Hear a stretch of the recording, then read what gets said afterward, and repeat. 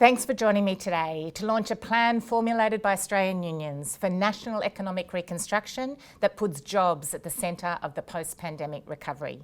I want to begin by acknowledging the traditional owners of the land that I'm on, the Wurundjeri people of the Kulin Nation, and pay my respects to their elders past and present. It always was and it always will be Aboriginal land. I speak to you today at a time of great social and economic crisis, one which will impact on generations of Australians to come. And this last few weeks in Victoria have shown us that returning to normal quickly is just not an option. But Australia can come through this pandemic if we all continue to work together. And Australian unions have been and will continue to be constructive in our engagement with all levels of government as we work to protect working people. The fight against COVID-19 is one we are all in together, but we know it doesn't treat us all the same. We're seeing in real time that the pandemic is not over, and neither have we felt the full brunt of the recession it has caused. The economic impacts of the pandemic are profound. Nearly 1 million Australians are officially unemployed, and while the official unemployment rate is 7.4%, we believe the number of our fellow Australians underemployed, working 0 hours, or have stopped looking for work means that it's actually closer to 20%. This is a frightening figure and equivalent to the depths of the Great Depression of the 1930s. The impact of COVID has hit women and young people harder, both because the jobs that have gone are from industries where the majority of workers are women, and because women and young people are more likely to have been in the casual, precarious employment that has been swept away in this crisis. But there were millions of workers who were already left standing on the trapdoor of insecure work prior to the pandemic. The disadvantage many of our fellow Australians were enduring as a result of the structure of our economy was suddenly exacerbated in the cruelest ways, adding to the insecurity and precariousness of their work and the added threat of being exposed to a deadly virus. We represent 1.6 million union members, but much of what we do benefits the 10 million other workers who rely on the minimum wage, the award system, enterprise agreements, and the systems that protect them from unfair dismissal, workplace harassment, and unfair treatment in the workplace. Wages and workplace protections that generations of union members have struggled and fought to win over the last 150 years. And many of the social institutions that we've relied on during this crisis, and indeed the crisis of 2008, are in fact a legacy of unions.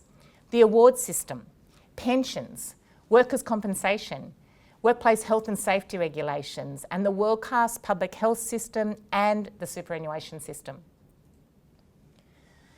In the midst of this crisis, we're talking to government and employers, and we're determined to ensure that the voices of working people are heard by those in power. We're clear that every proposal put forward will be judged by whether it makes workers better off or not. We're also listening. And I think we've proven that we're constructive and willing to work with government and businesses through this crisis. We want to make progress in limiting the spread of insecure work, stamping down on wage theft, and improving collective bargaining to give more workers better access to its benefits. But the main game of economic reconstruction and job creation will not be delivered by those discussions. History tells us that left to its own devices, the economy is poised for years of depression post-COVID. And we confidently speak for Australian workers when we say we cannot and must not accept, as a Deloitte report flagged last week, a jobless recovery. And we cannot and must not accept a recovery that leaves the next generation with a social deficit from which they'll never recover. And we cannot and will not accept recipes for national reconstruction based on taking away workers' rights and conditions. For the most part, this pandemic has brought out the best of our country, our incredible health system, our strong workplace health and safety regs, our higher skilled public sector, and we have known that Australia is more than just an economy full of businesses. We are a society of people, a society that has said loudly, if you don't look after people, people can't look after the economy. This is a watershed moment for Australia. when we now look to government to be on the side of everyday working people first, to deliver for the people who protected us during this crisis, the hidden heroes as well as the headline heroes. And the Australian people know that the next steps, national economic reconstruction, must be led and delivered by government. Assuming a quick V-shaped recovery or relying on traditional stimulus packages of the past will not be adequate to face the challenges to come. History tells us that left to its own devices, the economy will go from a recession to a long-lasting depression without a powerful plan to get the country back to work. The deliberate shutdown of large sections of our economy to protect the population from this virus has caused an unprecedented economic contraction. It is not something we have faced before. This is not like a normal cyclical downturn. This downturn was fast and deep and hit some industries so hard that parts are struggling to survive. In aviation, retail, hospitality, the higher education, arts and tourism sectors. We specifically shut down production and businesses to protect lives, and unlike a normal downturn, the usual policy antidotes will not work. This is not a short term. This is not a market adjustment. This is not a recalibration. The nature, speed and depth of this crisis demands a powerful and sustained policy response. The conventional tools of stimulus, encouraging people and businesses to get out and spend, just won't work or be anywhere near enough in the post-pandemic economy. The pandemic has blown apart the cracks that already existed in Australia's society and economy. 32% of the workforce in insecure work, casuals, contract, gig economy and labour hire workers. That's 32% of the workforce with no sick pay, holiday pay, superannuation or other entitlements. Youth unemployment at levels in some part of the country up to 40%. The gender pay gap sitting stubbornly at 13.9%, and women on average retiring with half as much super as men. The full impact of the recent wipeout of 500,000 super balances is yet to be calculated. Migrant workers facing exploitation and wage theft at levels higher than any other group of workers. And Aboriginal and Torres Strait Islander workers on the government's punitive community development program, not even treated as workers or covered by the protections that apply to the rest of the Australian workforce. The pandemic will hit these people hardest, and many of them are the very workers at the front line of the fight to keep Australia safe. Our hidden heroes, truckies, factory and warehouse workers, cleaners, health workers, carers, cashiers and shelf stackers at our supermarkets. The Australian Union movement believes a national jobs plan must be at the heart of national reconstruction post-pandemic. Australians want political leaders to be bold and courageous. While the current situation is unlike anything we've seen, we do have historic precedents for the national economic reconstruction and civil solidarity that will be required to rebuild and reset our economy and society. In 1942, years before the Second World War ended, the Commonwealth Government began planning for an ambitious nation-building reconstruction plan. Government knew that the withdrawal of the massive military expenditure from the economy would see the economy slip back into the 10-year depression that prevailed before the outbreak of the war. So as Australia was still fighting, the Curtin government established the Department of National Reconstruction, led by the late Nugget Coombs. We are at such a historic moment again. Australia needs a new national reconstruction plan, one that echoes the Curtin-Coombs white paper on full employment, but that takes into account how our country, the economy and labour market have changed immensely since then. Significantly, the participation of women in paid work, the increase in service industries, and the urgent need to address climate change and reduce carbon emissions. We need a plan that lays the foundation for Australia's post-pandemic prosperity. In May, Australian unions launched a report, Rebuilding Jobs and Our Economy Beyond the COVID-19 Health Crisis. And in this report, we outlined the features of a more hopeful, inclusive post-COVID economy. Today, we urge the government to commit and to a national economic reconstruction plan. And we put forward 5 concrete, pragmatic ideas to get the country back to work. Early childhood education and care strategy. Women have borne the brunt of both the social and economic effects of COVID-19 and have been very much at the front lines of the pandemic as health workers, cleaners and supermarket workers. Part of reconstructing our national economy after COVID-19, and in particular repairing the employment prospects for women workers, must be a broader strategy to roll out high-quality, publicly funded, not-for-profit childcare and early learning services befitting a modern nation. Economic studies show that government investment in early childhood education and care literally pays for itself once you take into account the additional output and taxes that come about from women's increased labour force participation.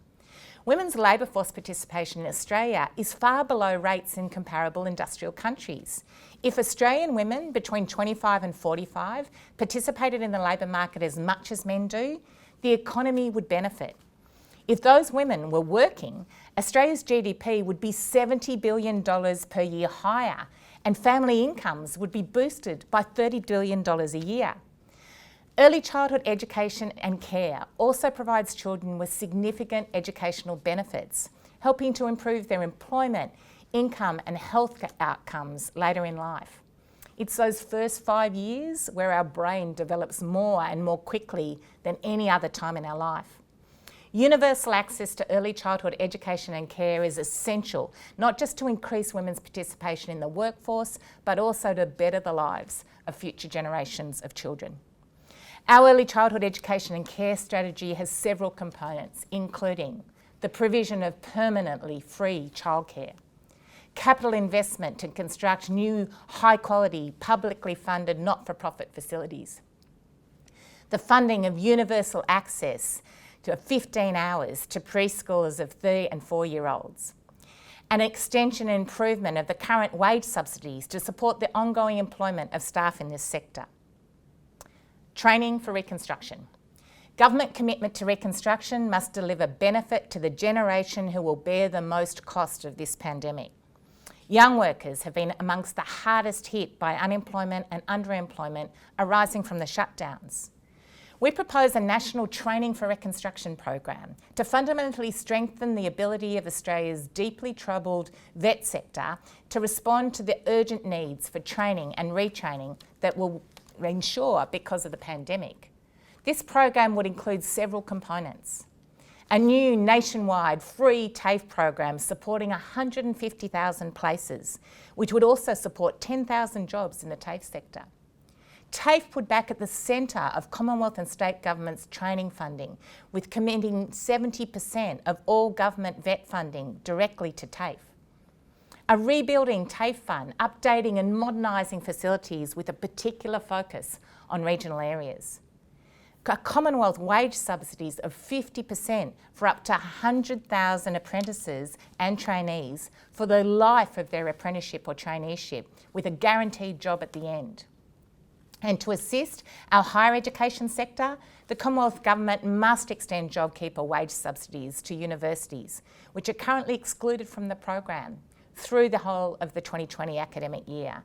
This will help to protect another 20,000 higher education jobs that are at risk because of the current crisis in international education. Rediscover Australia. Workers in the consumer-facing sectors of hospitality, retail and tourism were first and hardest hit. Many workers in this sector, dominated by young people and women, were part-time and had insecure employment prior to the pandemic. And this recession will be especially unforgiving in its vicious impact on these workers, as well as immigrant, migrant and Indigenous communities. Many of these workers were excluded from JobKeeper, and migrant visa workers have been left with no other source of income. Many other arts and entertainment workers were likewise left without any support. These hard-hit industries must be a primary focus of government back-to-work policies. Our Rediscover Australia plan will support 350,000 jobs in tourism, the arts, accommodation, travel and regional services over the next 12 months, with key elements that include Commonwealth sponsorship of artistic, community, agricultural and entertainment events, productions and exhibitions in all states. additional grant support for the Australia Council to support grant recipients with emergency financial requirements arising from the COVID-19 shutdowns, expansion of JobKeeper wage subsidy provisions to include arts and entertainment workers, and for the Commonwealth to provide a 12-month period where they take over payment of regular state payroll taxes for paid employees in 2 industries critical to domestic travel and tourism: passenger transportation and overnight accommodation. National Reconstruction Investment Plan. We call on the government to commit to 6.5% of GDP to infrastructure and new public capital projects for the next decade. The National Reconstruction Investment Plan would support the creation of 75,000 direct jobs in construction and over 100,000 additional indirect jobs in supply and consumer industries. The plan includes, overseen by Infrastructure Australia, a $30 billion per year significant boost of investment in public capital projects, including funding for transportation, community and public housing, cultural and public service facilities, forest and fire management investments to better prepare for future fire seasons, and renewable energy assets and efficiency upgrades. Making sure this infrastructure delivers for Australian manufacturing with strong benchmarks for mandated Australian-made content is in these funded projects. Sustainable manufacturing strategy. The COVID-19 pandemic has disrupted existing supply chains and trade patterns. It's reminded Australians of the critical need to preserve a well-rounded domestic manufacturing capability.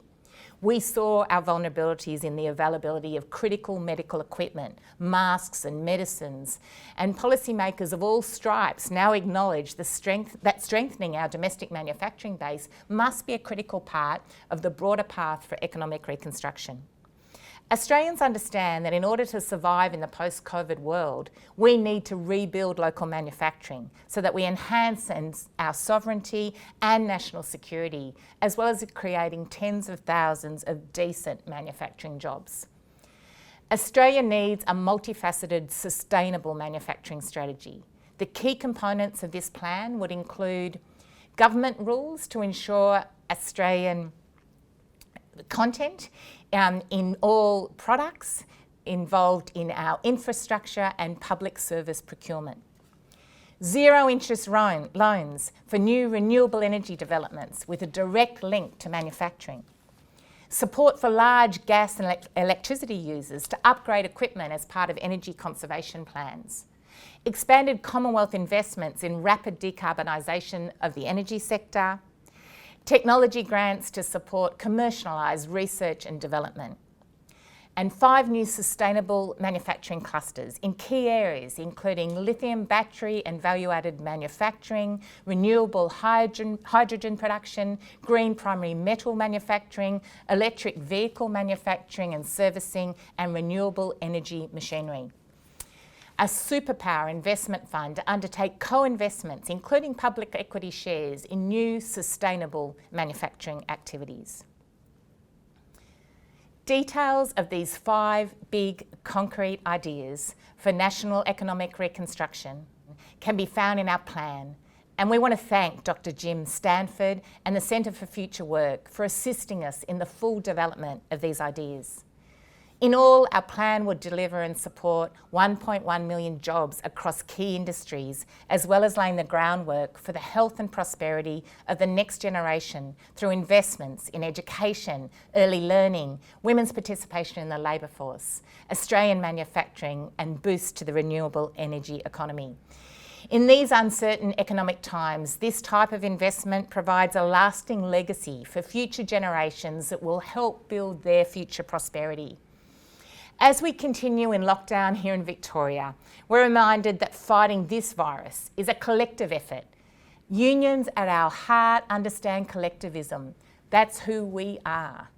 And the road back to Australia, the road back to the Australia we believe in will also be a collective effort. An Australia that believes in full employment. An Australia that doesn't leave people behind. An Australia where working women have the same access and opportunities as men. An Australia that invests in its young people through education and training and jobs. An Australia where the colour of your skin or the language you speak doesn't determine your rights and opportunities. And we know that we're asking a lot of government and that these plans come at a cost for government, but we also know the cost of not acting. Unemployment, poverty and inequality have generational impacts that cost us all as a society. Leaving our fellow Australians behind has a cost, and we know that this social deficit is much harder to pay off in the long run. Australia needs a government-led national economic reconstruction plan, one that's ambitious, comprehensive and fast. We've today released a plan that will support and create jobs for women and men in the public and private sector, in cities and country towns, for young people as well as older workers. Because we know if you don't look after people, people can't look after the economy.